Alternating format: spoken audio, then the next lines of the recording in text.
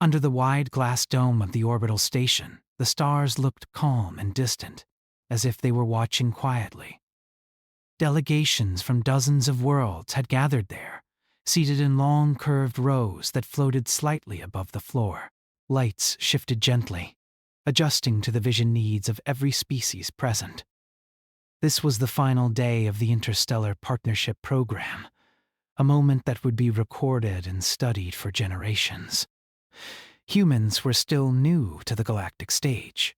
They were not the strongest species, nor the most advanced, but they had surprised everyone by how quickly they adapted. Many alien observers whispered that humans were strange. They smiled too much. They asked too many questions. And they cared about things most civilizations had learned to ignore. Elias Moreno stood among the human delegation. He wore a simple uniform, dark blue, without medals or decorations. He was not a soldier. He was not a noble.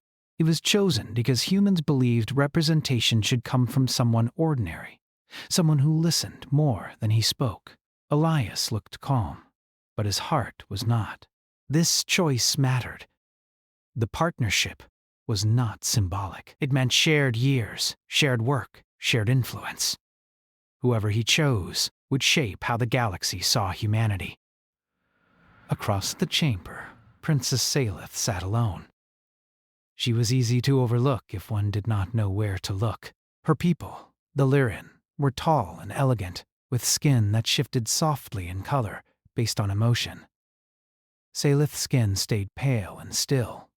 A delicate support frame rested behind her, thin bands of light helping her remain upright. One of her arms rested unmoving in her lap.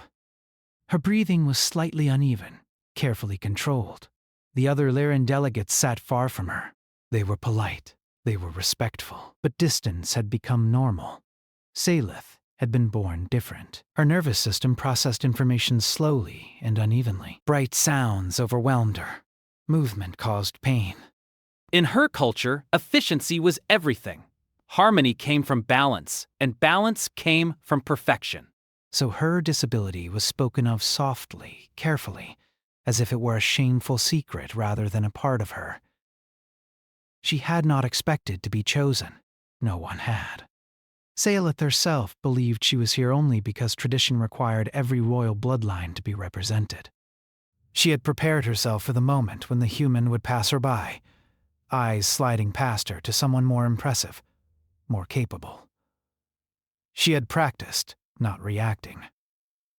The central speaker activated, and the chamber fell silent. "The time has come," the translator voice said gently, shifting tones to suit every listener. "Human representative, you may announce your chosen partner." All eyes turned to Elias. He stood still for a long moment. His gaze moved across the chamber, not quickly, not judging. He studied posture, expression, silence. Many candidates met his eyes with confidence. Some smiled, already sure of the outcome. Then his eyes reached Salith. She did not smile. She did not straighten. She simply looked back, unsure, tired, guarded. Something in that look held him. Elias felt it again, the same feeling he had felt during the interviews. She had spoken less than others, but when she did, her words had weight. She had not tried to impress. She had spoken honestly about limits, about frustration, about what it meant to be present even when the body resisted. Others had spoken of strength. She had spoken of endurance. Elias stepped forward. "I choose Princess Salith of the Lyran," he said clearly. The silence that followed was not empty. It was heavy. Whispers spread in ripples. Some delegates shifted in surprise. A few Lyran officials stiffened, their skin flashing faint patterns of alarm. Salith froze.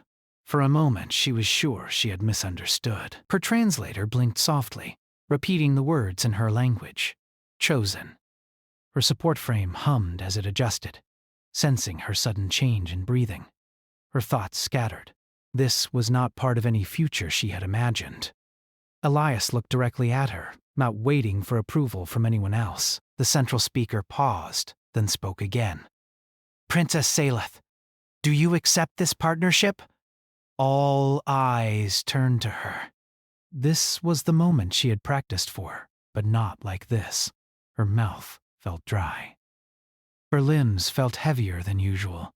She was aware of every system assisting her, every reminder of her difference. She nodded once. "Yes," she said, her voice quiet but steady. The chamber reacted in mixed ways. Some showed confusion. Some showed curiosity. A few showed something close to discomfort. The Lyran delegation exchanged looks that were carefully neutral. The ceremony continued, but Saleth barely heard it. Afterward, the chamber slowly emptied. Conversations buzzed softly, speculation already spreading. Elias approached her, walking at a measured pace, careful not to startle. "Princess Saleth," he said. She looked up at him. He was closer now. Human features were simpler than most species, but expressive. His face showed no regret, no doubt. "You didn't have to," she said before she could stop herself. Elias tilted his head slightly. "I wanted to." That answer unsettled her more than any insult could have. They were guided to a quiet side room designed for first partner meetings. The space adjusted automatically, lowering light levels and reducing background sound.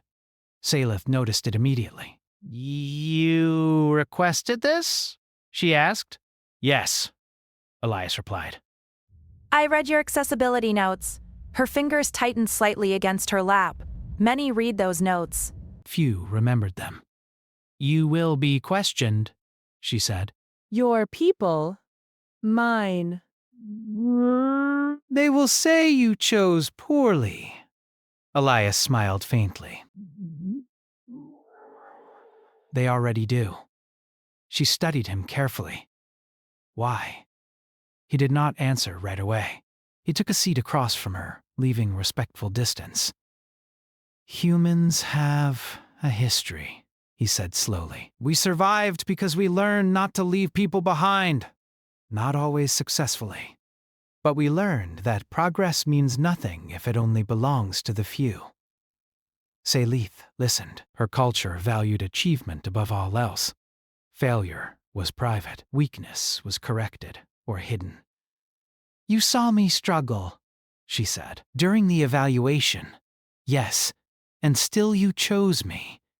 Yes." Her voice lowered. "Do you pity me?" Elias met her eyes. No. The word was firm, simple.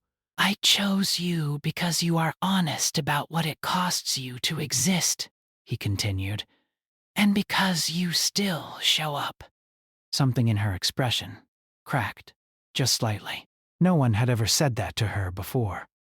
Outside the room, the galaxy continued as it always had. Inside, something small and dangerous had begun.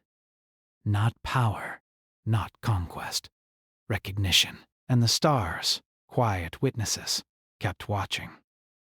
Time did not slow down after the choice. If anything, it moved faster. The partnership announcement spread across the galaxy within hours. Translated headlines appeared on thousands of networks, some confused, some amused, some quietly critical. Humanity's first long-term interstellar partner was not a military power, not a technological leader. She was a disabled alien princess who rarely appeared in public. On Earth, people argued. On other worlds, observers analyzed. On the Lyran homeworld, silence settled like fog. Princess Saleth returned home under escort, her transport quiet and carefully controlled. The view outside the window showed her planet's pale oceans and floating cities, beautiful and distant. She had grown up seeing that view, and still felt like she did not belong to it. Her condition had worsened slightly during the journey. Long travel always did this. Her support frame adjusted its light bands around her spine and shoulders, easing pressure, keeping her steady. The medical aide spoke gently, offering rest cycles and nutrient balance. Saleth nodded, but her thoughts were far away.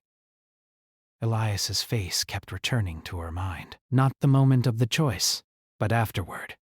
The way he had listened. The way he had not rushed her answers or filled silence with noise. It confused her. Confusion was dangerous. Hope was worse. When the transport landed, she was not greeted by celebration. No banners, no welcoming council. Only a small group of officials, calm and controlled, waiting with practiced expressions. Her mother, the Empress, was not there. That absence hurt more than Salith expected. She was guided back to her residence, a quiet structure built into the city's upper ring. It was designed to be peaceful, isolated from noise and disruption. Many called it a privilege. Salith had learned long ago that isolation could wear the mask of kindness. In the days that followed, she was summoned to meetings. Advisors spoke in careful tones, asking polite questions that hid sharp edges. Are you certain the human understood your limitations? Did you explain the potential complications clearly? Do you believe this partnership benefits the Lyran image? Salith answered honestly. She always did. Yes, he understood. Yes, I explained. I believe it benefits more than image. Some nodded. Others exchanged glances. One advisor, older and more direct, spoke without softening her words. The galaxy values strength. Humans may admire resilience now, but admiration fades. What happens when they grow tired of adapting to you? The question stayed with Salith long after the meeting ended. She had asked herself the same thing. On Earth, Elias faced his own quiet storm. He had stepped away from public office soon after the program ended, exactly as planned. The partnership did not require constant presence, only commitment. But that did not stop messages from coming. Some praised his decision as brave. Others called it naive. A few asked if he had been manipulated. Elias ignored most of it. He spent his days working with a small team, focused on interspecies accessibility. It was not glamorous work. It involved data, design, and long discussions about environments most humans had never experienced. He thought of Salith often. Not in a romantic way. Not yet. More like a question that refused to leave. Weeks passed, then months. Official communication between them was limited and formal. Messages filtered through translators and advisors, polite updates. Safe topics. Salith spoke of weather patterns and cultural events. Elias spoke of Earth projects and shared research. Neither spoke of how much effort it took just to get through each day. Then, one day, a message arrived that was not meant to be sent. It came from an old Lyran archive, triggered by a routine data sweep. A fragment of recorded text, marked private, outdated, forgotten. It reached Salith by mistake. She almost deleted it. Almost. The recording showed a much younger version of herself, seated beside Elias during one of the early evaluations. Her posture had been worse then, her movements slower. She remembered that day clearly. She had nearly withdrawn from the program afterward, convinced she had embarrassed herself. In the recording, Elias spoke quietly, not knowing the system was still active. If she ever calls, he said, voice low, thoughtful, I'll answer, no matter how long it takes. Salith stared at the frozen image, her chest tight. That promise had not been part of the program. It had not been political. It had not been required. It had been human. The next days were harder than usual. Her condition flared without clear cause. Pain spiked, then faded, then returned. The doctors adjusted her systems and recommended reduced interaction. Rest, they said. Quiet. She tried. But the thought would not leave her. What he did not remember? What if the galaxy had moved on? What if that promise had been spoken once and forgotten, like so many others in her life? She requested access to an unfiltered channel. The request alone caused concern. Direct contact was discouraged. It removed layers of control. It allowed unpredictability. Silith insisted. The message she sent was simple. There was no ceremony, no title. Do you remember me? She did not send anything else. When the message reached Earth, it was flagged immediately. The systems recognized the source. The partnership record activated protocols that had not been used before. Elias received the message while working late. He read it once, then again. Something in his chest eased, even as worry rose. Yes, he replied. I remember. That single word traveled farther than either of them realized. Human networks noticed the activation. Analysts connected patterns, quietly, carefully. Attention returned to a partnership many had assumed was symbolic only. But Elias did not think of that. He thought of her sitting alone, wondering if she mattered. He began typing again, slower this time. I'm here, he added, if you want to talk. On the Loren homeworld, Salith watched the reply appear. Her hands trembled slightly. The support frame adjusted, sensing the change. She closed her eyes for a moment. Then she answered. What followed was not dramatic. No declarations, no sudden change. They spoke of small things at first, of days that blurred together, of frustrations that felt too heavy to explain to others. Salith spoke of how her people measured worth. Elias spoke of how humans failed often, but kept trying to include more voices. For the first time in years, Salith did not feel like she was explaining herself to be tolerated. She felt heard. Other species watched quietly as humanity began to shift resources, not ships, not weapons. Knowledge, design frameworks, communication standards, accessibility systems that assume difference is normal, not rare. It unsettled the galaxy. Because strength was supposed to look impressive. This looked patient, and patience, many realized too late, could reshape everything. The first change was small. So small that most of the galaxy did not notice it. A human research vessel adjusted its internal design standards. Corridors became slightly wider. Light panels gained more range. Sound dampening became standard instead of optional. The official reason was future compatibility. The quiet reason was simpler. Elias had asked. He never demanded. He never announced. He only explained how some bodies moved through space differently, how effort that looked invisible could cost everything. Other humans listened. On the Liren homeworld, Silith felt the days growing heavier, not physically at first, but emotionally.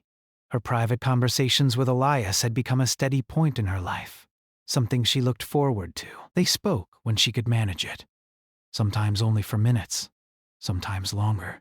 There were days she could not answer at all. Elias never complained. When she disappeared for a week due to a severe flare, he sent one message, and then waited. I'm here when you are. That was all. It was enough. But the closer she felt to him, the more visible her isolation became. Advisors still spoke for her in public matters. Invitations arrived addressed to her title, not her name. Decisions were made for her comfort, which often meant without her. She began to notice how often others spoke around her. One day during a council session, streamed across the Empire, a representative described the partnership with humanity as symbolic inspiration. Salith sat present, silent, framed in soft light like a display piece. Something inside her shifted. Later that night, exhausted and shaking slightly, she sent Elias a message she had never planned to send. They don't think I can lead. The reply came slower this time, not because he hesitated, but because he chose his words carefully. Then they don't understand leadership. She stared at the screen. You shouldn't risk your position for me, she sent back. Humans are gaining influence. I'm complicated. Elias smiled when he read that. So is gravity, he replied. Still shapes everything. Not long after, the official response came. Humanity requested a joint forum, not a rescue mission, not an accusation. A forum. Neutral space. Open dialogue. designed to include all bodies and processing needs. The request alone caused tension. No one refused openly. That would look bad. So preparations began.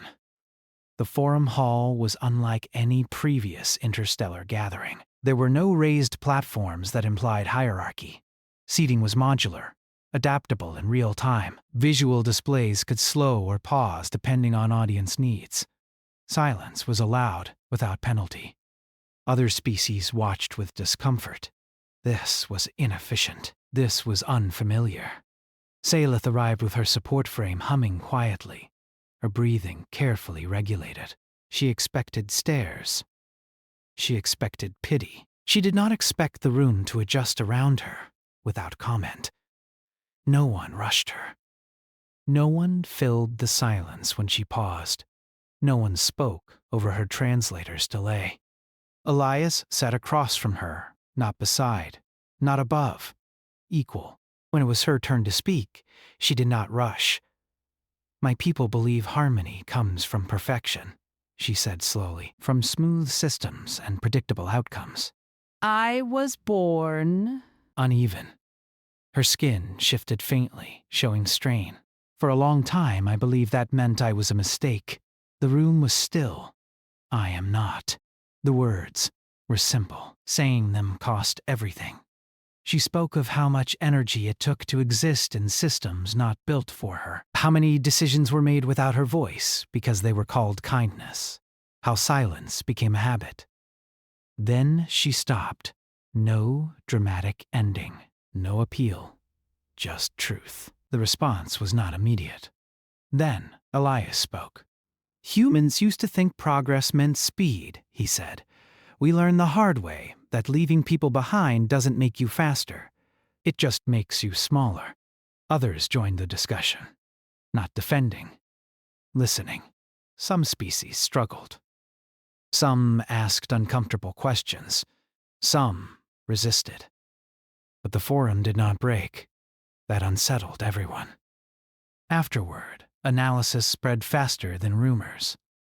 Not about Salith's condition, but about human systems. About adaptability. About something many civilizations had traded away long ago. Patience. Back on the Lyran homeworld, reactions were mixed. Some accused Salith of exposing weakness. Others, quieter, began to ask questions they had never dared to ask before. Salith did not see herself as a symbol. She only felt tired.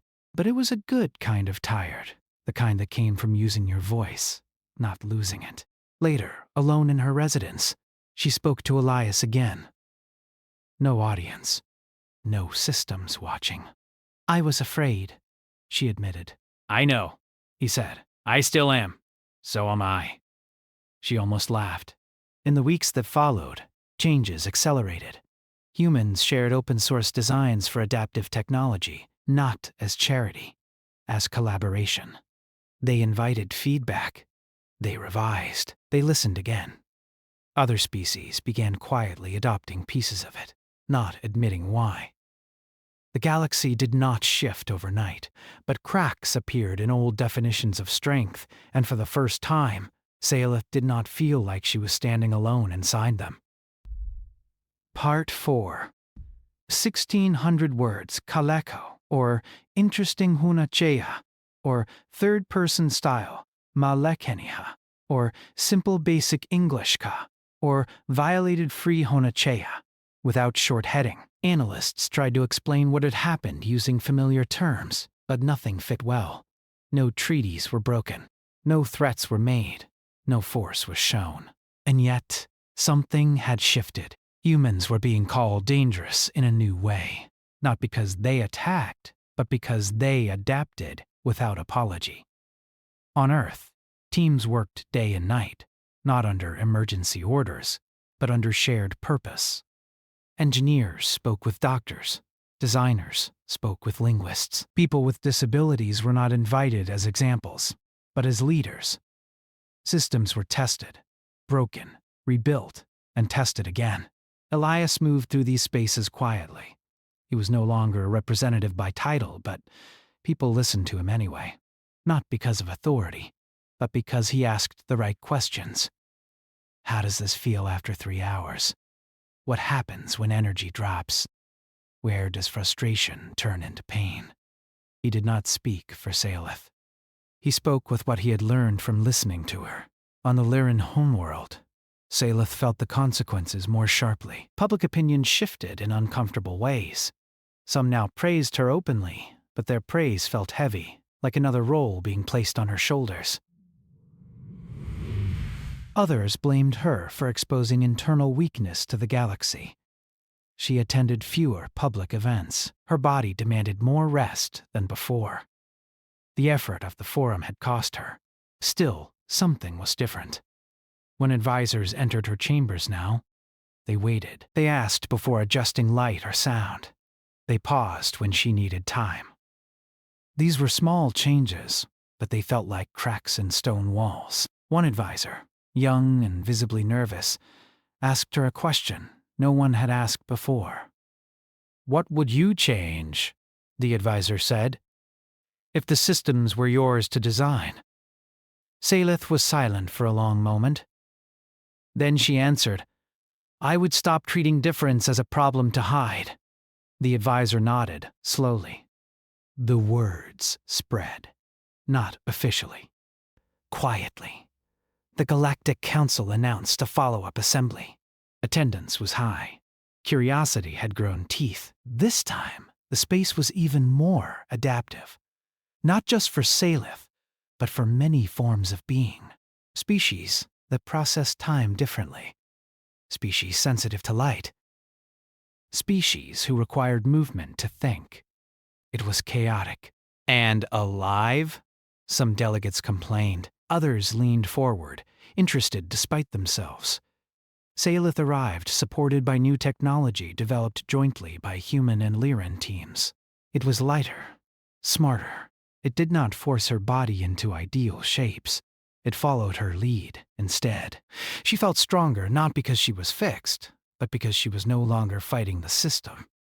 When she spoke, her voice carried more easily. "I am not here to be an example," she said calmly. "I am here because I exist." That sentence echoed.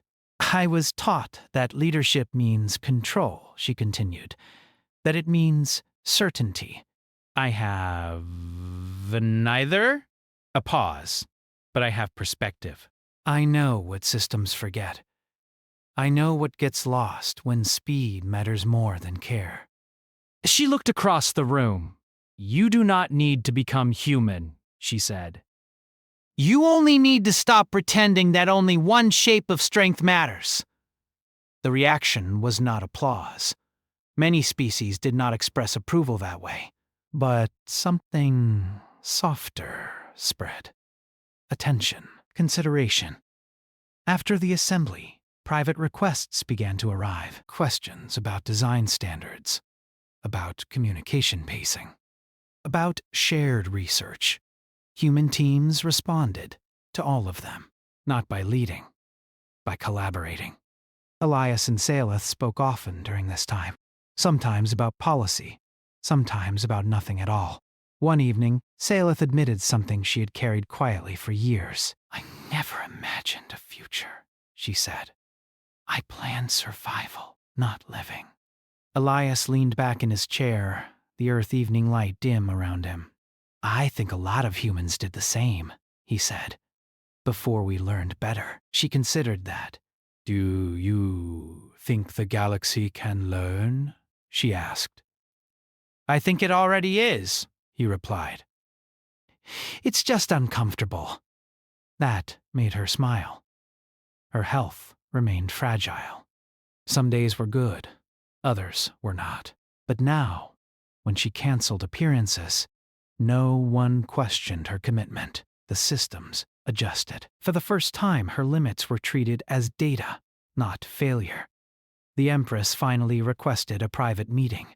Saleth expected formality, distance, disapproval.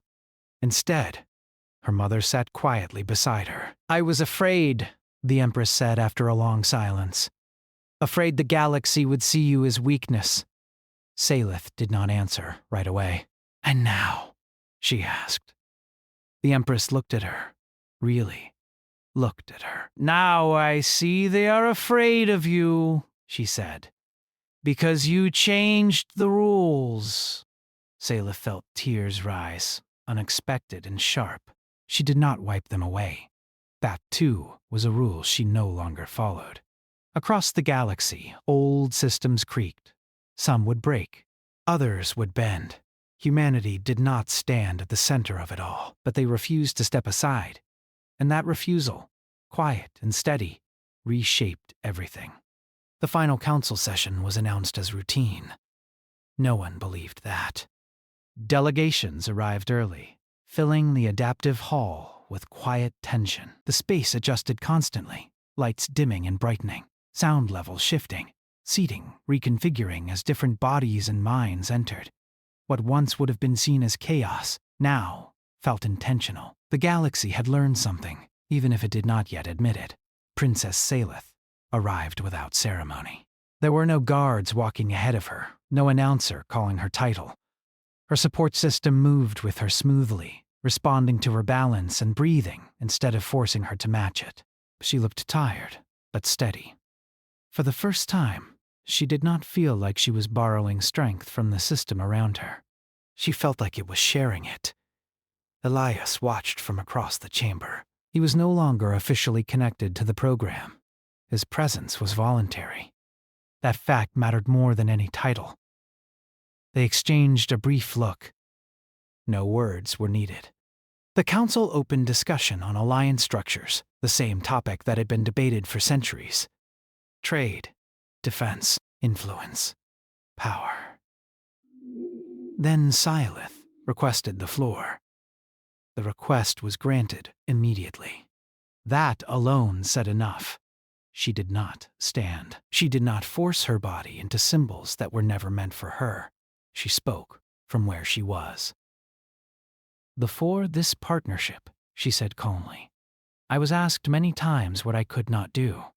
Her voice carried, clear and unhurried.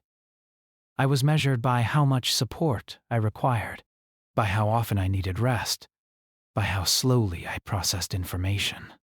She paused, letting the silence exist. No one asked what it costs a system when it only works for the few. Murmurs moved through the hall. Not disagreement, but recognition. "I am not asking the galaxy to change because of me," she continued.